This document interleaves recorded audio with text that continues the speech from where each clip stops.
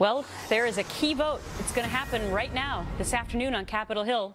Happening right now. The House right now laying the final groundwork for a select committee investigating Benghazi. And my next guest has some advice for the committee from his own personal experience. David Bossie is the president of Citizens United. He's the former chief investigator, though, for the House Oversight and Government Reform Committee. So, David, welcome first and foremost. Thanks for having me. So I know one of your first keys to success in this piece that you wrote is the number of people who would actually serve on this committee. Why is the number so important? Well, first of all, Gretchen, the larger the committee, the more unwieldy. The more members you have, the more questioning you have, which breaks down this way. Normal course of business, you have 5-minute rounds to be able to question. Well, it's not very effective if you're trying to fact gather in a congressional hearing like this, with an investigation, to give members of Congress who are really speechifying as well as questioning at the same time. 5 minutes is not effective, and you don't uncover any facts in any rounds, and then you have dilatory tactics by witnesses and Democrats in the White House, so you really aren't uncovering anything. So smaller committee, more effective handling of the committee, and it can be, I think, a lot more effective. Okay, now another one of your points is to counsel questioning. So allow for questioning by chief counsels for both the majority and the minority for better questions and follow-up. In what way?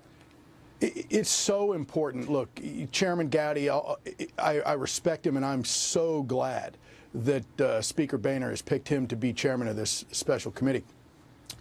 But he can only do so much. And when I worked on a special committee to investigate Whitewater in the 90s, no matter how good Al D'Amato, who was chairman of that committee, was, and he was a tremendous questioner, tremendous United States senator, no matter how good he was, he picked Michael Chertoff, who was my chief counsel on that committee. And Mike Chertoff went on to become Secretary of Homeland Security. Right. He was a former United States attorney in the Southern District of New York, a former federal prosecutor who really could dive down deep into the questioning of witnesses and bring forward the facts that would allow the committee members an ability to understand where they were going and then make their questioning much more effective. It's very interesting to hear what you're saying, because we all have seen those hearings before where they only get 5 minutes. That's right. And, you know, a lot of times you're frustrated because you don't feel like they're really getting anywhere, and then the witness is by themselves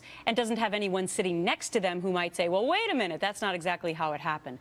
All right, you also say that invoking the Fifth Amendment, let's say one of the witnesses wants to do that any person who does that should do it in person, in front of the American people. Why? Right. Well, look, you look at what's going on with the IRS investigation in Lois Lerner. It is important that people have their Fifth Amendment privilege to not answer questions. But in an investigation like this, in my investigation of the campaign finance investigation in the 90s, we had over 120 people took the Fifth Amendment or fled the country during our investigation of Bill Clinton's campaign finance irregularities. So we were really under the gun to try to get anywhere. We had the Democrats stalling, we had the White House stalling, the Clinton administration stalling, and we had no witnesses come forward. The only way to really make that effective was to call them forward, to make them take the Fifth in front of the American people, in front of the cameras, so that the American people would at least understand what was going on. Some very interesting points. Maybe they're listening to you as they're about to put this select committee together, and we'll see if the Democrats decide to join the Republicans. David Bossie, have a great day. Thank you very much.